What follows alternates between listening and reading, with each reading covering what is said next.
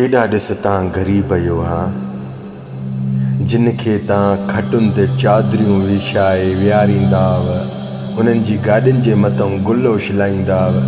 अॼु उहे तव्हांजे ॾुखे वक़्त में तव्हां सां गॾु बीठा हा।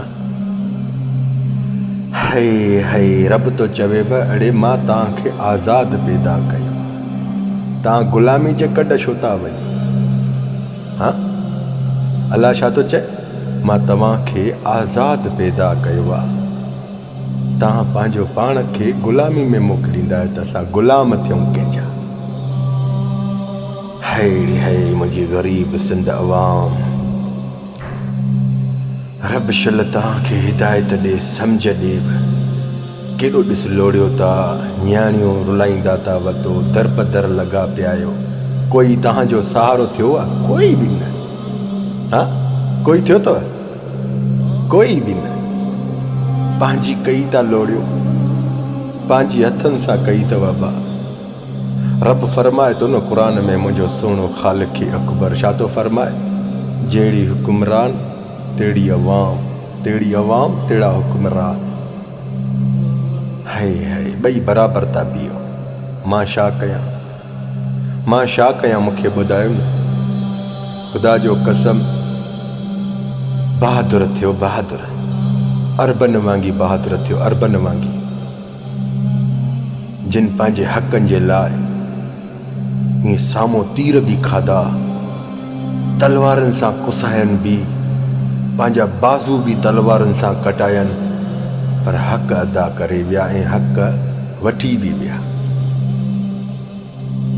हाय हाय, अॼु तव्हां पंहिंजो हक़ त न, पर पंहिंजे ॾुखे वक़्त में पाण खे बि नथा संभाले सघो। कदम उहो खणो, मदीने वारे साईं जी मेड़ अथव, उहो कदम खणो जेको तव्हांखे ॾुखे वक़्त में को सहार ॾियण वारो बि अचे।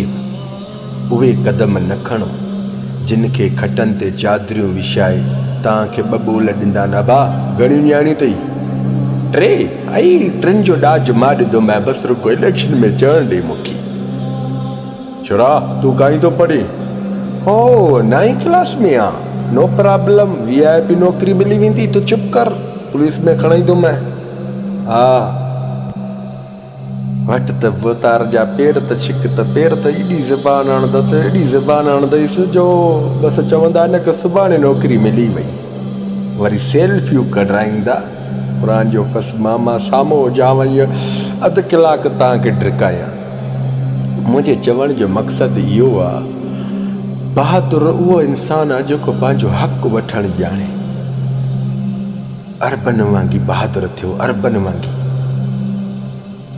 अरब ॾिस अल्हम्दुलिल्लाह पंहिंजा हक़ वठी विया, ॾिस केॾो ख़ुशहाली सां ख़ुशि रहिया पिया। यादि रखो, अरबन जी हिस्ट्री त खोलियो, अरबन जी हिस्ट्री खोलियो। तव्हां रुगो होटलनि ते चांहि पीअणु सिखिया आहियो, शोरनि खे मोटर साइकिलनि ते खणणु सिखिया आहियो, रुगो हुन जी गीबत करणु सिखिया आहियो, हुननि खे घटि वधि ॻाल्हाइणु सिखिया आहियो, वरी जंहिंजे लाइ झंडा खणी नचंदा बि आहियो, वरी पोइ जॾहिं उहे तव्हांखे ॾुखे वक़्त में ॾिसंदा ई न आहिनि त वरी उन ते ॻाल्हाइणु शुरू कंदा आहियो। वरी इहे साॻा ईंदा, सबर कयो साॻा ईंदा, तव्हांखे 10,000 रुपया हर महीने वरी ॾियणु शुरू कंदा, वरी तव्हां उन्हनि खे खणंदो। आइली हिते रेल बि कोन्हे न, मां हुनजे हेठों बि आहियां।